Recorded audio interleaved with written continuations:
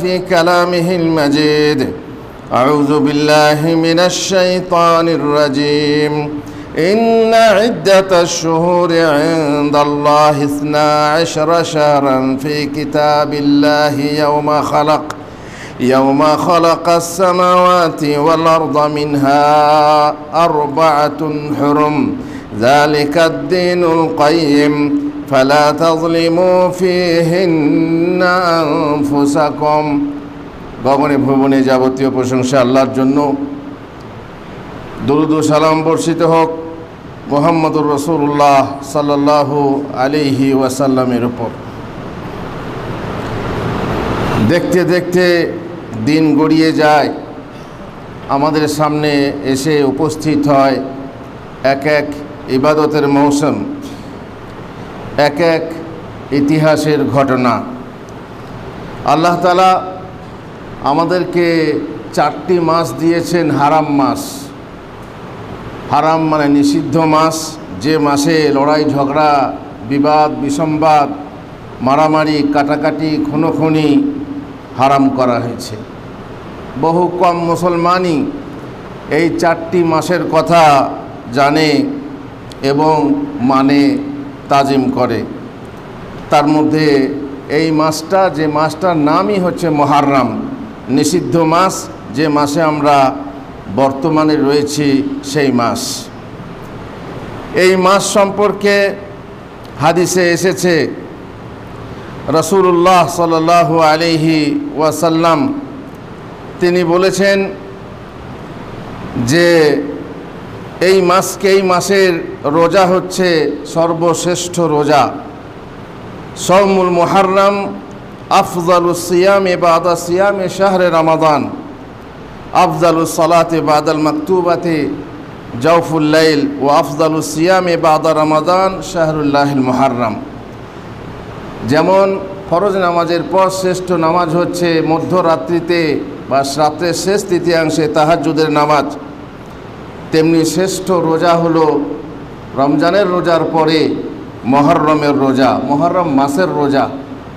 এই মাসে বেশি বেশি দিন রোজা রাখা হচ্ছে উত্তম, তবে পুরো মাস না, মাঝে ফাঁকে বাদ দিয়ে এই মাসের বেশিরভাগ দিন রোজা রাখা হচ্ছে উত্তম। তবে এই মাসের রোজা আর শাবানের রোজা, শাবান মাসেরও বেশি বেশি রোজা রাখতে বলা হয়েছে, বেশি দিনগুলো বলা হয়েছে। মুহররম মাসের রোজার গুরুত্ব বেশি, যেহেতু পরিষ্কার হাদিসে বলা হয়েছে ফরজ নামাজের পর যদি শ্রেষ্ঠ রোজা থাকে তাহলে মুহররমের রোজা। এই মুহররম মাস এসে গেছে। যারা আল্লাহর বান্দা, যারা রোজাদার বান্দা, যারা রোজা রাখার মাধ্যমে আল্লাহর সন্তুষ্টি পেতে চায়, তারা এই মাসের রোজা রেখে থাকেন। অতএব মুহররম মাস এটা হচ্ছে নিষিদ্ধ মাস, যে মাসে লড়াই ঝগড়া নিষিদ্ধ। তবে এই মাস যারা মনে করে শোকের মাস, এই মাস যারা মনে করে এই মাসে বিবাহ নেই, এই মুহররম মাস শোকের মাস, এই মাসে কোনো আনন্দ নেই, তারা ভুল পথে আছে, তারা আছে বিদাতের পথে। আল্লাহ আমাদেরকে রহম করুন। বারাকাল্লাহু লি ওয়া লাকুম ফিল কোরআনিল আযীম ওয়া নাফা'নি ওয়া ইয়্যাকুম বিল আয়াতি ওয়া যিকরিল হাকীম। ইন্নাহু তাআলা জাওয়াদুন কারীমুম মালিকুম বাররুর রাউফুর রহিম।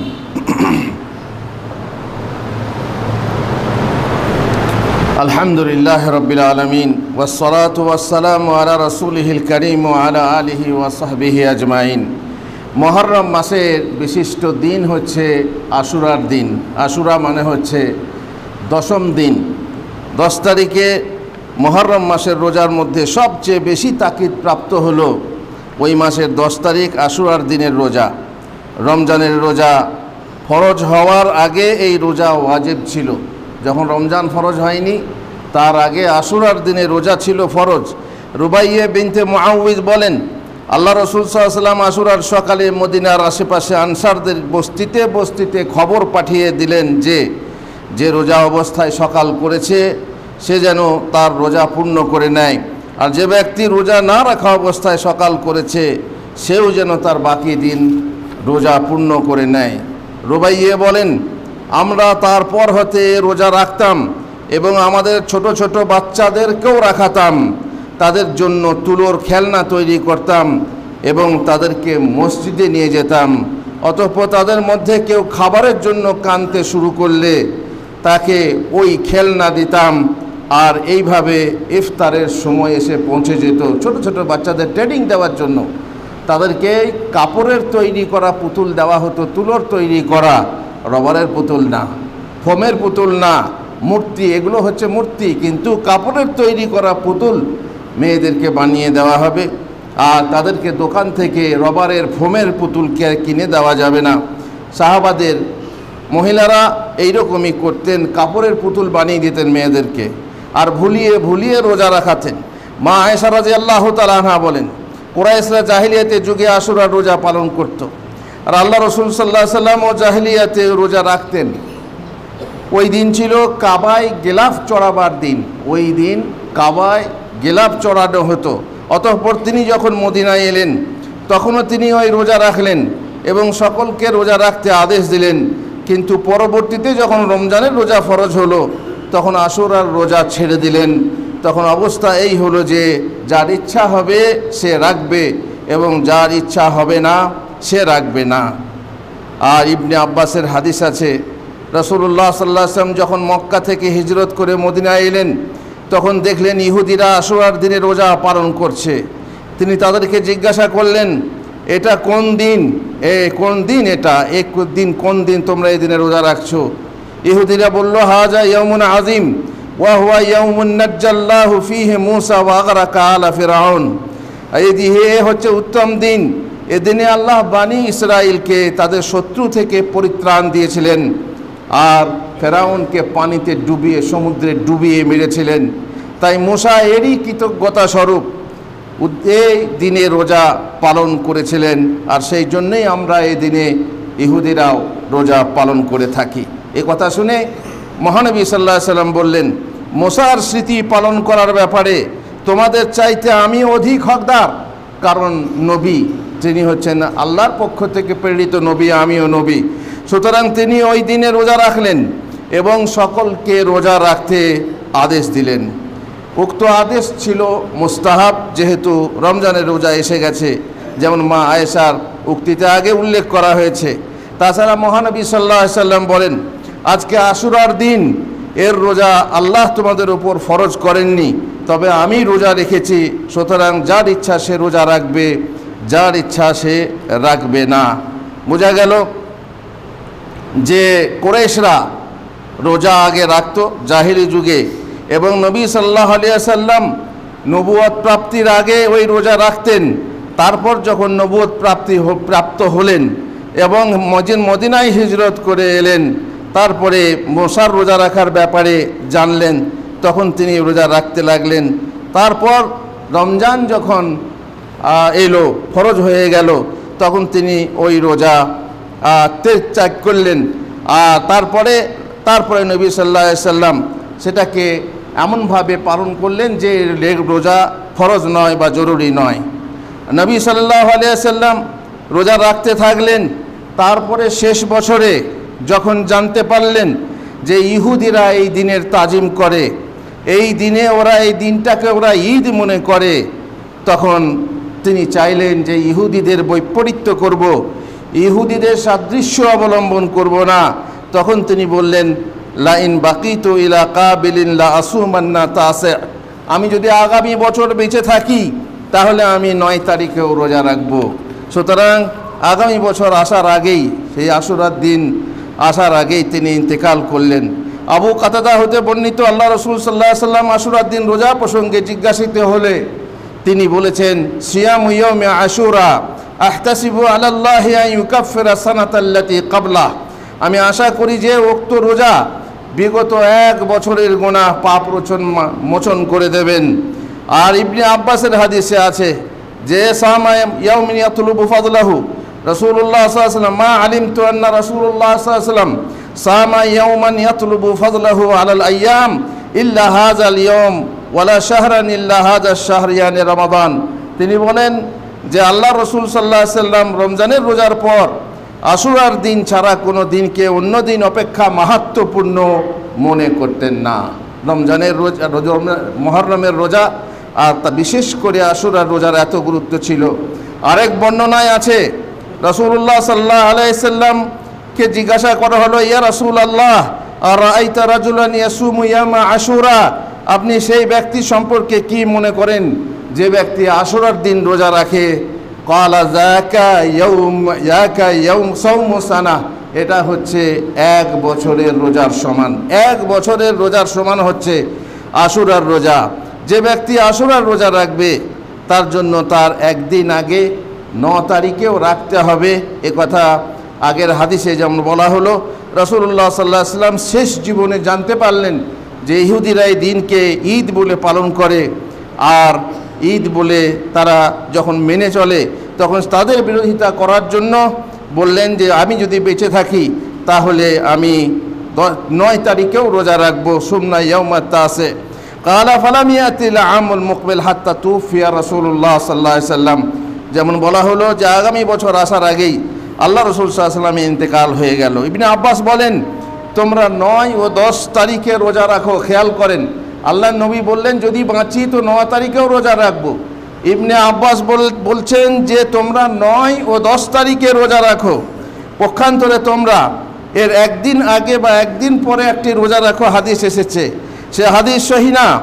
এইভাবেই সহি নয়, তোমরা একদিন আগে একটি এবং একদিন পরেও একটি, তার মানে পরপর 3 দিন রোজা, 9, 10, 11 তারিখ রোজা, এই রোজার হাদিসও সহি নয়।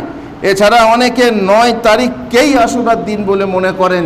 সুতরাং 9, 10 রোজা রাখা হচ্ছে বাঞ্ছনীয় এবং জরুরি।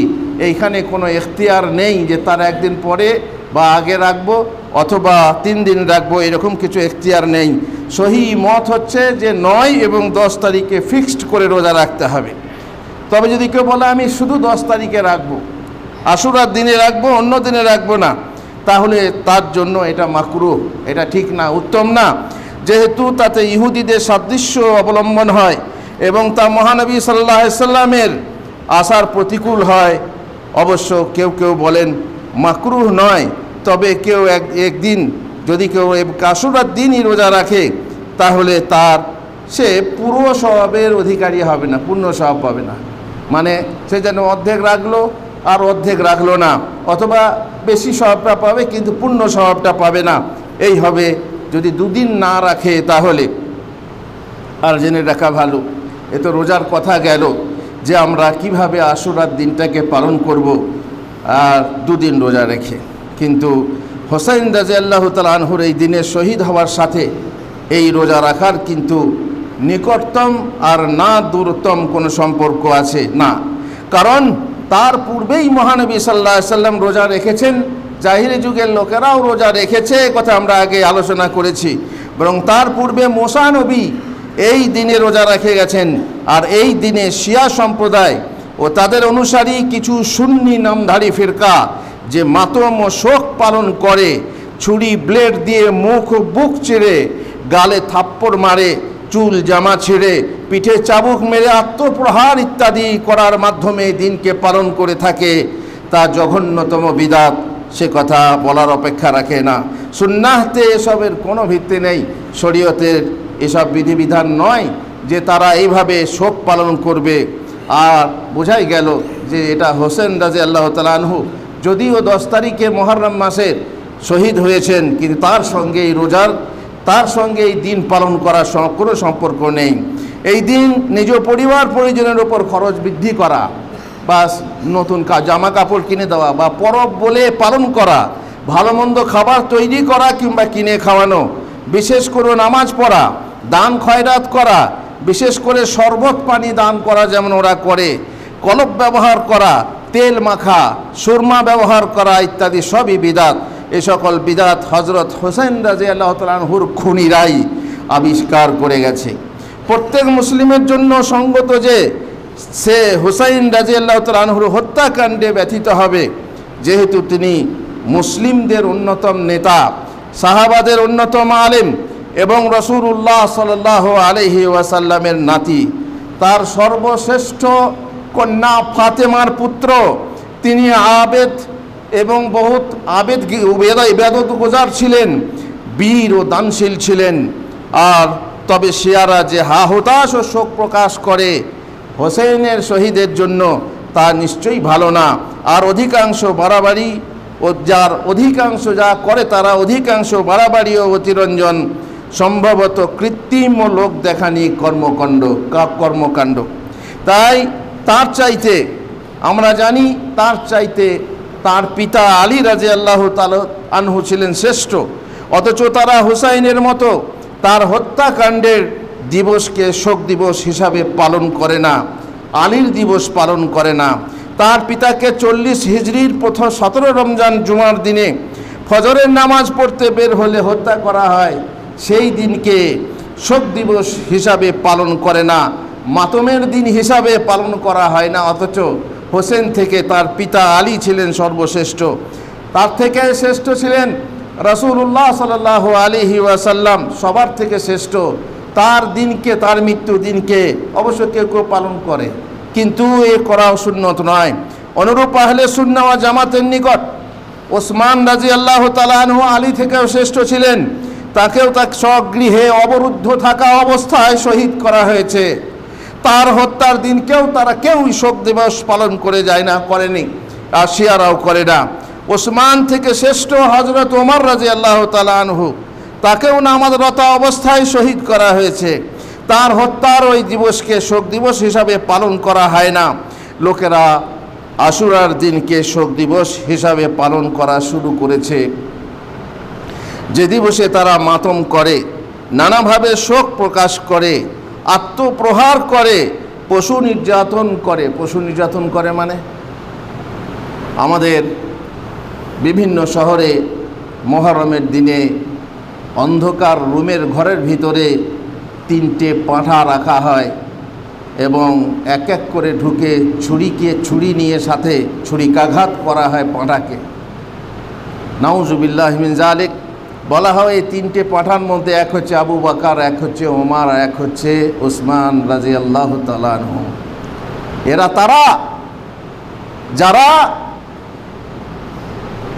আবু বকরকে প্রথম খলিফা বলে মানে না, যারা ওমরকে খলিফা বলে মানে না, যারা ওসমানকে খলিফা বলে মানে না, বরং তারা তাদেরকে জালেম এবং কাফের মনে করে। এরা তারা যাদের নামাজই হয় না তাদেরকে লানত দেওয়া ছাড়া, তারা তাদের নামাজে লানত দেয়। আমরা সমস্ত সাহাবীদেরকে ভালোবাসি, আহলে বায়াতকেও ভালোবাসি এবং সকলের প্রতি আমরা বলি রাদিয়াল্লাহু আনহুম, আমরা সবাইকেই ভালোবাসি। কিন্তু তারা, এটা ইতিহাস, ইসলামের একটা কলঙ্কিত ইতিহাস, যে ইতিহাস থেকে এই ধরনের মনোবৃত্তি তৈরি হয়েছে শিয়াদের। আর তারা এইভাবে পশু নির্যাতন করে থাকে আল্লাহর মৃত আউলিয়াদেরকে, এবং তার মধ্যে শ্রেষ্ঠ শ্রেষ্ঠ সাহাবায়ে কেরামকে গালাগালি করে, লান্তান করে। এই দিনে আহলে বাইতের নামে কত মিথ্যা কথা বলে, আর কত আপত্তিকর ও গর্হিত কর্মকাণ্ড করে থাকে এই দিনে, যা কিতাব সুন্নাহ ও সুন্নি মুসলিমদের ঐক্যমতে নিষিদ্ধ ও অবৈধ। কিন্তু দুঃখের বিষয়, সুন্নি নামধারী বহু মুসলমান তাদের অনুকরণে তারাও কিন্তু এই দিনকে পালন করে তাজিয়া গয়রার মাধ্যমে, তাজিয়া নিয়ে মরসিয়া গাওয়ার মাধ্যমে এবং তাজিয়াকে সিজদা করার মাধ্যমে, হযরত হোসেনের নকল কবর হিসাবে সেখানে নানা প্রার্থনার মাধ্যমে এই দিনকে তারা পালন করে থাকে, মাতম করে থাকে, মরসিয়া গেয়ে থাকে, যা আমাদের সঠিক শরীয়তের এটা সম্মত নয়। এবং এ হচ্ছে সব কিছু বিদাত, এবং সব কিছু তৈরি করা আনন্দে। লাঠি খেলা হয় এই দিনে, লাঠিও খেলা হয়, তরোয়ারও খেলা হয়, তারপরে রক্তাক্ত করা হয় নিজের দেহকে। এবং দেখা যায় বড় বড় শহরে এবং ছোট ছোট শহরে, পাড়া গ্রামেও দেখা যায় লাঠি খেলা এবং মুহররমের আনন্দ করতে দেখা যায়। নাউজুবিল্লাহি মিন যালিক। এমন ধরনের সাধারণত এই কর্মগুলো তারাই করে যারা বেশিরভাগ দেখবেন বেনামাজি, আর এর থেকে আউলিয়াদেরকে গালি দেয়। আর গালি দেয় এজিদকে, এজিদ হারামখোর, এজিদ অমক, এজিদ তমক। মুআবিয়াকে গালি দেওয়া হয়, আর এজিদকে বিশেষ করে গালি দেওয়া হয়। বলে আপনারা কি করেন, এজিদকে গালি দেন না কেন? কেন গালি দেবো? বলে হোসেনকে শহীদ করেছেন, তার প্রমাণ কি? সঠিক প্রমাণ নেই যে এজিদি হজরত হোসেনকে শহীদ করেছেন বা করতে আদেশ করেছেন, এরকম প্রমাণ মেলেনি।